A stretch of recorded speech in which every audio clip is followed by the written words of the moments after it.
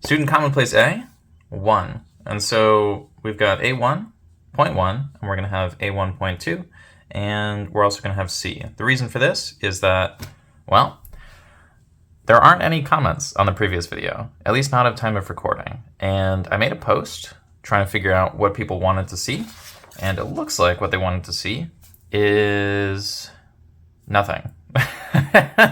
Or unclear at the very least. So there was one vote on A, but that was before the video even came out. So not really sure what's going on, but we're just gonna get into it. So this is the signatures page, and it's a little bit different than last time because I can no longer erase. What's up with that? Well, this is photocopied. And so the reason this is photocopied is because this is also photocopied. That's not really a good reason. Okay, so the reason these are photocopied is because I will need 2 copies of them moving forward because we're eliminating B. And so that means the B slot as well as the A slot are going to have copies of the same thing. So here we've got the thing from last time. And now we have a new page. So before I get into this page, I just want to remind you that we are going to be going through 3 commonplace books today, or at least sections that will turn into a book in the future. And I will increase this number to 4 if anybody signs up for the Patreon. All right. So what we're going to be looking at, I'm just going to check and see that it's not really on the screen. Oh, God. Okay. All right, what we're going to be looking at today, at least in terms of the new page for A1.1, is we've got this list of the people who went with Trump to China in May of 2026. Now, this was somewhat unusual as there were a lot of CEOs. So I have the list of CEOs here, as well as the location of their companies and the names of the companies themselves. I'm going to need to do more work on this in the future if this is a page that people like to see.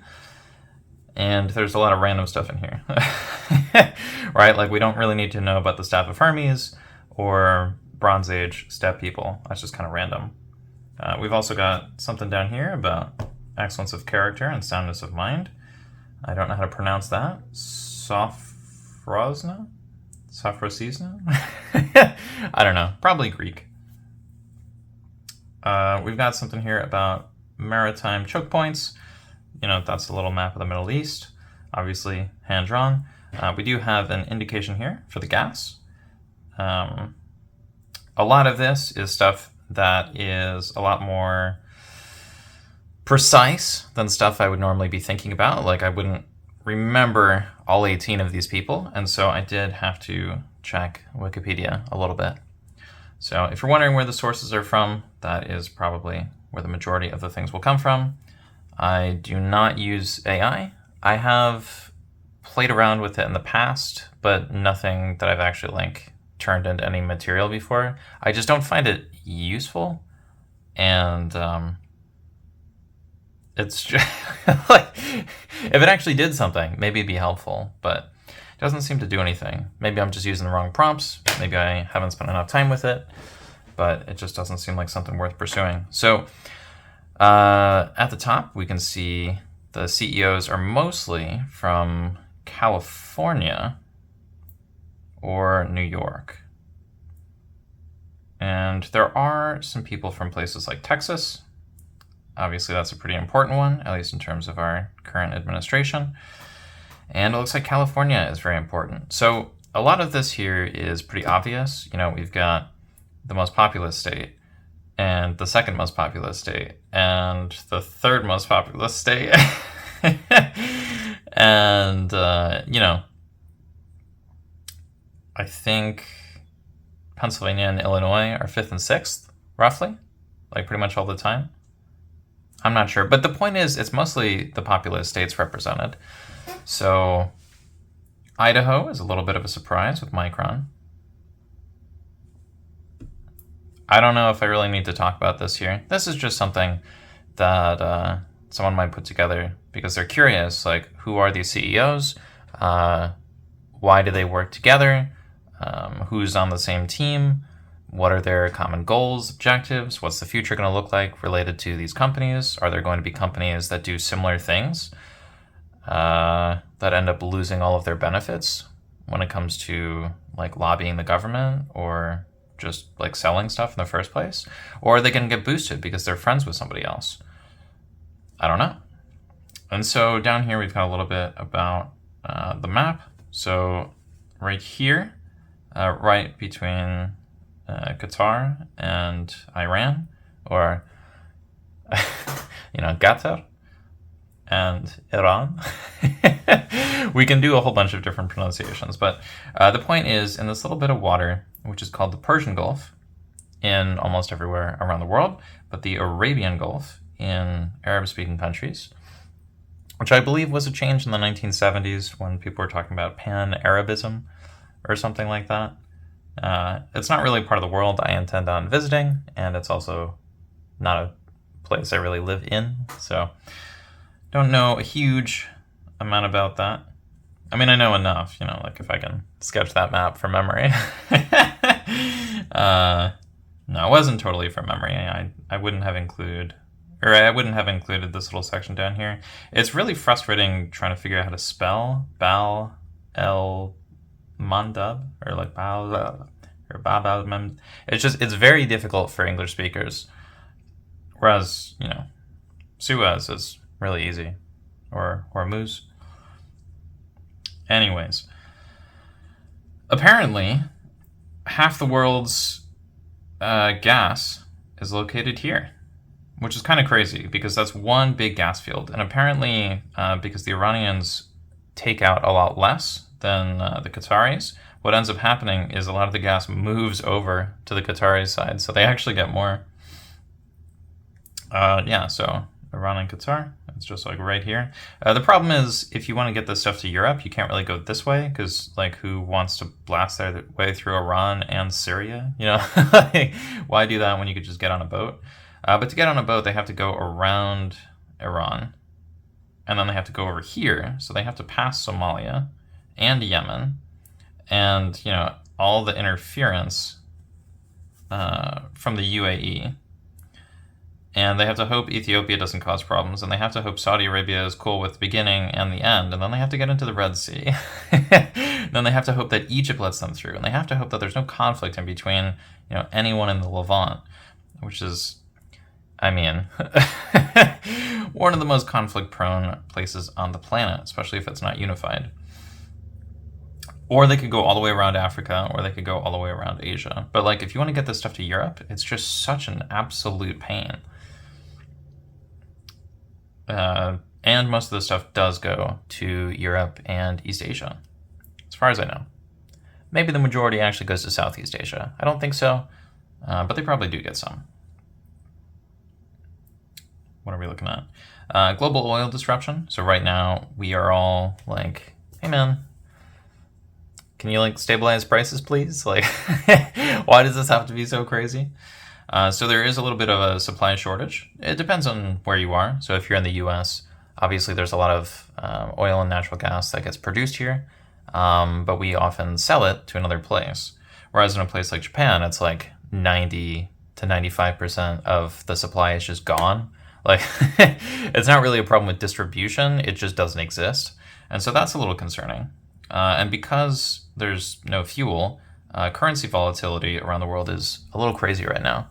So if you're in Japan, you might have enough money, or you might have enough debt that other countries are willing to help you out. But if you live in like the Philippines or something, I guess that's better than living in Pakistan. But the point is, currencies are jumping all over the place. And with that is a lot of inflation, because if we're all willing to buy the same thing with whatever money we have, well, that thing is going to get more expensive.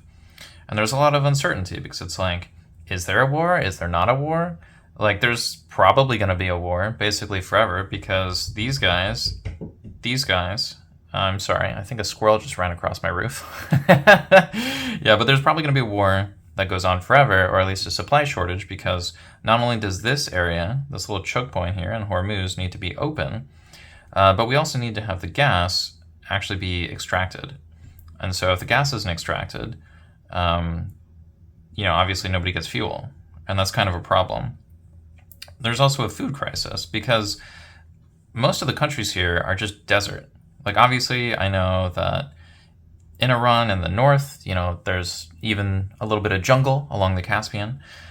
And Ethiopia has the majority of the water that goes into Egypt, but this whole area is mostly just dry. And right now there are very large populations which are mostly fed by, if you go all the way up through the Dardanelles and the Bosphorus, you will get to Russia and Ukraine and Belarus. And so a lot of the food goes down south to help these guys out, but a lot of it will, travel by boat because it's very expensive to put a bunch of plants on an airplane. It doesn't make a lot of sense. If you have a lot of medical equipment or gold or diamonds or something, sure, you can put that on a plane. But if you're just transporting plane loads of carrots, that's that doesn't really make a lot of sense. And so these areas need this strait to be open, not just because of fuel, but also for food. And so that's kind of a problem. Anyways, one of the ways for Iran to sort of win, or at least have a perceived win, is to knock out the competition. Unfortunately, if they go after Qatar, they're potentially destroying their own gas field. If they go after the UAE, they are essentially preventing their navy from being able to do anything. If they go after Kuwait or Iraq, they're going to upset everybody in Europe because it's going to create a massive refugee crisis. And Oman is usually pretty chill with everybody. So as far as I know, Oman is just kind of hanging out, watching everybody else go crazy or fight each other. And they're just like, look, we're in the corner. Don't bother us. I don't want to bother you. I'm not really sure why that is. It might be that there's something horrible going on there that I'm not aware of, but they seem to be pretty chill. It could just be the one area that doesn't have any resources. But the problem here is the desalination risk. And the reason for that is because Iran can't get their fuel out, and none of these other groups can get their fuel out. But how do you threaten the people on the other side? Well, you kind of have to go after their military, but they don't have large militaries. They depend on the U.S. And so it's like you go after the U.S. bases. But what happens after you go after the U.S. bases? Well, there's like nothing left to target. Are you going to go after a bank? Like a data center? Like what are you doing? And so there's a lot of fear that Iran is going to get tired and they're just going to be like, look, you guys rely 99% on desalination, basically turning seawater into drinkable water. The problem with that is in order to extract the seawater, you need to put your thing right next to the water to suck up the water. And then it requires a lot of electricity or energy in general to purify the water. So these locations, and also in Saudi Arabia as well, they rely on having lots of cheap energy and then using that energy to extract water from this like scary zone. And if they don't have water, they're in trouble. So they kind of don't have food, water, or energy right now. And if they don't have any of those, they're not really going to have a lot of tourism. And if they don't have tourism, in addition to those other things, there's no real reason for the people to, like any person from an outside area, to be there. It's like you don't have a place for people to live. There's no there's no food, water, and shelter, and it's also unsafe. So that's also adding to the uncertainty. And so that's why the wealthy citizens left, because it's like you can stay here and not talk about the problem, or you can just leave, because it's like you own property in the middle of the desert, which is supported by an international web that can be destroyed by a single choke point having a few exploding things just laying in the water. This is a huge problem.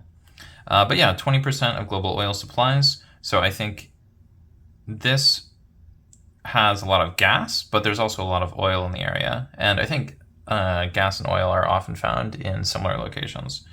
So East Asian energy, I've already talked about that. A lot of the energy just goes this way. 45% sulfur. So I haven't verified that. At least I don't think so. But fertilizer has a lot of trouble over here. So the reason for that is the sulfur, apparently. So as far as I know, there are three main parts of fertilizer. We've got phosphorus, potash, and wait, what is it? Yeah, so potash is potassium, phosphates, and phosphorus. Nitrogen, that's the last one. Okay, so potassium is mostly found in Canada, Belarus, and Russia. I think it's mostly in rocks from underground, although we can recycle that a little bit. It's just kind of a pain. Phosphate rock is found in different parts of the world. I think a lot of that is related to bird poop. And so Morocco actually has like 70 to 90% of the world's supply, which is kind of insane, but they don't really extract it. They just kind of leave it there and, they use a little bit whenever they need it. So in like 100 years, that's going to be a really valuable country for other countries to team up with. And then nitrogen is mostly wherever there's natural gas. And so I think the natural gas is part of the problem with the nitrogen shortage. But, the people here don't have food, they don't have fuel,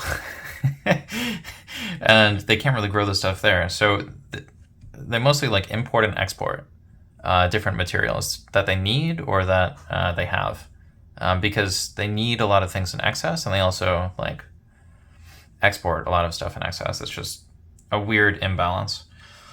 But yeah, I guess the sulfur, which is somehow used in fertilizer as something other than one of the three main ingredients, half the world's supply is in this zone or is disrupted.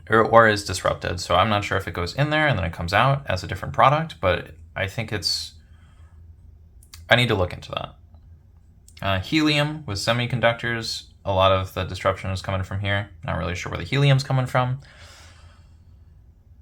And then we have Iran's way to make money. And so one of the arguments for the Iranian government is look, we extract fuel and we send it to you. And so it's just let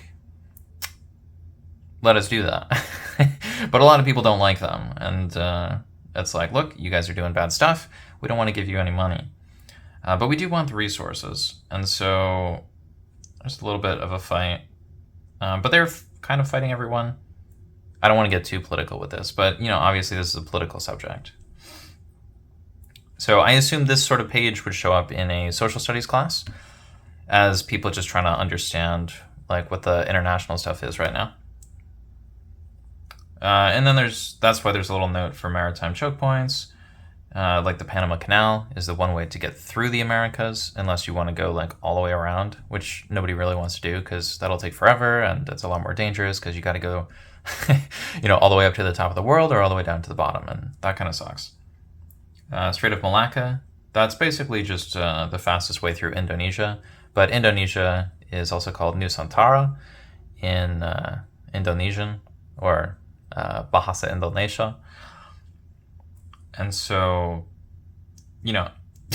there is technically a strait, but if you're going through a place that has tens of thousands of islands, there are a lot of straits.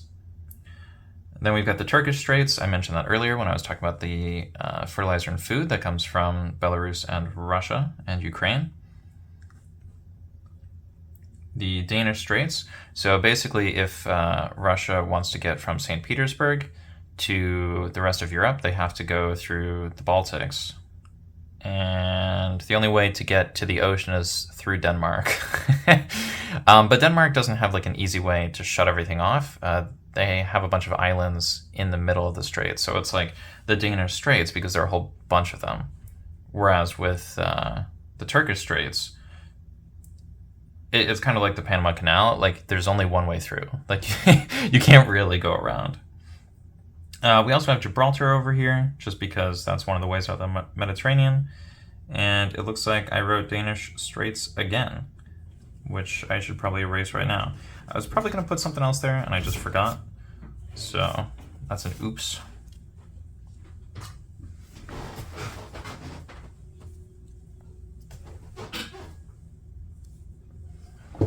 But anyways, I think we spent way too long on this page, so we're going to go to the next one. So up next we have the student commonplace B, which is going to be listed as A1.2. And now we should probably get into the lineage thing that I skipped earlier. So of course I had the first video for this playlist based on the spring of 2026, and this one is the summer version. So there are 2 pages per, well, let's just start at the beginning. Yeah, so 2026, and then we've got the name of the potential student, and then the limit on the maximum number of pages. So that doesn't include this page because this is the signatures page, and it doesn't include the first page because that is the cover page. But everything after this will have 2 pages. So this will be a student representing 11th grade in their second year of having this binder project, which is obviously a lot smaller than a full binder right now. There are 14 replaceable pages, basically saying that if I want to replace 14 pages, I can do that. But if there are 15 pages, I have to leave one of the original ones because I'm not allowed to replace everything. And then the lineage is A1.2, and the reason for that is because last video there was A1, A2, there was A1, B1, and C1. B1 was eliminated, and so this B slot is taken up by something from the A category. But there's an A1 already, and so that means there's an A1.1 and an A1.2. This is, of course, the same page because, that was A1. So, moving on from there. Now we have our new page.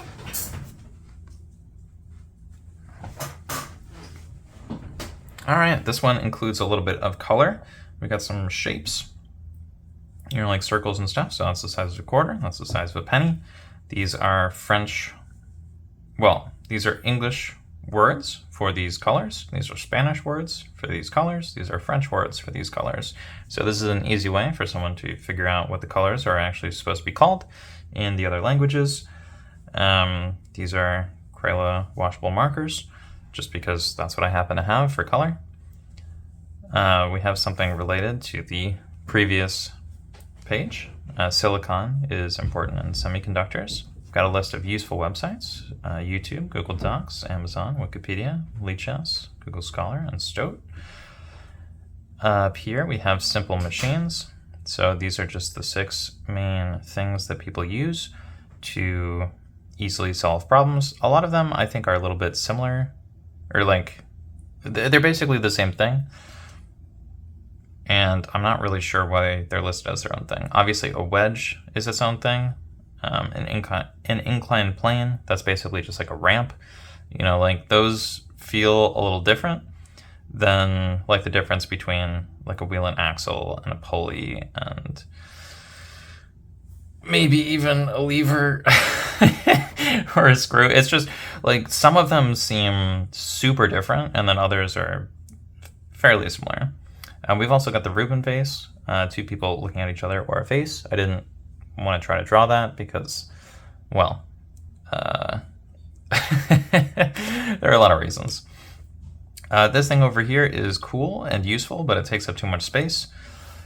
This thing is also pretty cool and useful, but again, it takes up too much space. This is measured in centimeters, and this is measured in inches, but I also have this empty space here. So what I should probably do is I should probably get rid of this big triangle and mark centimeters in here, or mark centimeters right there. Just move this further inwards and then have the marks. But anyways, we're gonna move on to the next one. So this will be student commonplace C, or at least if you're voting for the things, this will be C. So officially it's C1.1, but if you're voting, the first one was A, the second one was B, this one will be C. Here we have another photocopied thing, but this is of a fairly unique version of the signatures page. This is the only copy of this that remains because this is the only C that remains. So here we have a copy of the previous C page. And here we have a bunch of what I consider to be somewhat random stuff. So this sort of page, I'm not really sure why a person would make it like this, but we're talking about high schoolers, so they sometimes do random stuff. Could also be that they didn't have their page with them and they just had to make up something on the spot, so they just like threw a bunch of stuff down. So we've got procrastination is a defense mechanism. I'm not sure if I believe that, but maybe I should think about that a bit more. Is that a defense mechanism? No, probably not. We've got fight, flight, freeze, /fawn. Well, comma fawn. So those are different reactions when there's a crisis. There's no positive discrimination, getting a little political. The world is so guarded and fearful, so I don't know, maybe they're struggling to grow up a little bit. We've got, do you prioritize your child's mental health or grades? They're definitely a little bit agitated about their place in society, or at least in their household. Do you care about foul language or foul behavior? That sounds like someone who might be getting a little frustrated by people doing bad actions, but them getting in trouble for their language. Then we've got politicians sometimes support members of their party who do bad things, simply to prevent the other side from gaining any seats in the moment. So this might be someone who's a new voter, who's not happy about the way things are looking, just because they just started voting, and they're like, why are these my options? These kind of suck. Sometimes characters in shows will act differently as they have a new writer. So this might be someone who just found out that their favorite character in a show is acting differently because someone else is writing them. But I don't know. We've got some life improvement tips. So delete conversations with people you no longer talk to. So this might be trying to tell a younger student, like, look, buddy, high school can be brutal. You might have to cut some people off at some point. And if they cut you off, don't try to keep talking to them because you're in high school. Like, there's so many more people. Focus on positive things about yourself and others. So you could just hate on everybody and everything every second of every day. But if you only focus on hate, it's probably going to destroy you. Make faces at yourself in the mirror. So this might be someone reminding themselves to be silly, or maybe they're trying to recover from something, and making faces at themselves in the mirror is helping them stretch their face out a little bit if they've just been like staring at people. I don't know. Have a designated laundry day. Okay, that one's for me. That's just like, hey, you guys, if you're having trouble getting laundry done, maybe have a designated day. It was just so fun to have my cat get a treat from me at a specific time of day on a specific day of the week every week, and then whenever I'd forget that it was laundry, he'd just walk up to me and be like, meh. I'd be like, what? And then he'd just walk over to the laundry basket, and I'd be like, oh, right. My bad. And so he would get treats, and I would get laundry done. You can complain sometimes, so you don't want to complain all the time, but if you never complain, that's also a problem too. So yeah, you can complain sometimes. The amount of willpower will solve some problems directly. Oh, no amount of willpower will solve some problems directly. That is true. That's very frustrating when that happens. It's kind of like when you don't make any mistakes and then still lose. It's like, dang. I need to learn a better method.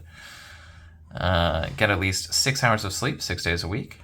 So technically, I think we're supposed to have more than 6 hours of sleep on most days, but this is saying, like, look, you can pull an all-nighter at some point, but don't be doing that multiple days a week. That's not going to work out. Like that's not good. Drink more water. I will pause the recording right now to drink some water.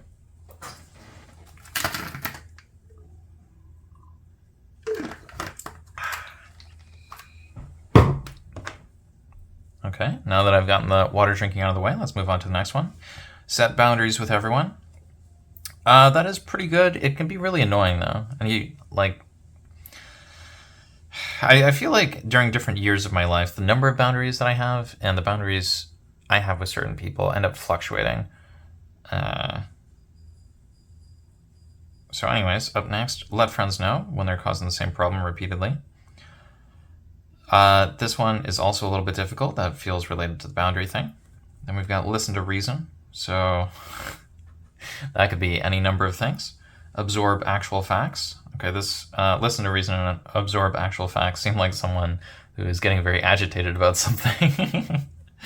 Don't be known as willfully ignorant. Yeah, all three of those are kind of the same thing. Then we've got political beliefs are sometimes just narcissism. Obviously totally different than the things listed there. It's no longer about if that guy has any decency, but if you do. Again, totally unrelated, I'm sure.